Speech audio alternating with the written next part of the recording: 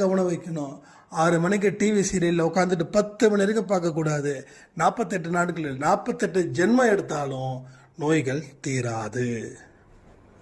நான் தீர்வதற்கு உண்டானதை தான் சொல்லிட்டு இருக்கேன். அப்போது உங்களுடைய கான்ஃபிடென்ட் லெவல், உங்களுடைய மன ஆரோக்கியம், உங்களுடைய உடல் ஆரோக்கியம், இதையெல்லாம் பொறுத்து தான் இங்கே எல்லா விஷயங்களும் நடக்குதுன்றத நீங்கள் மறந்துடாதீங்க. ஓகேவா? இது செகண்ட் பார்ட். தேர்ட் பார்ட், இப்போ நீங்கள் ஒரு டேப்லெட் சாப்பிட்றீங்க அப்படின்னா அந்த டேப்லெட்டை நாம் சாப்பிட்றோம். இந்த டேப்லெட் என்னுடைய உடலில் இருக்கக்கூடிய உறுப்புகளை குறைப்பதற்கான மருந்து. இந்த மருந்தை எனக்கு கடவுள் கொடுத்துருக்காரு.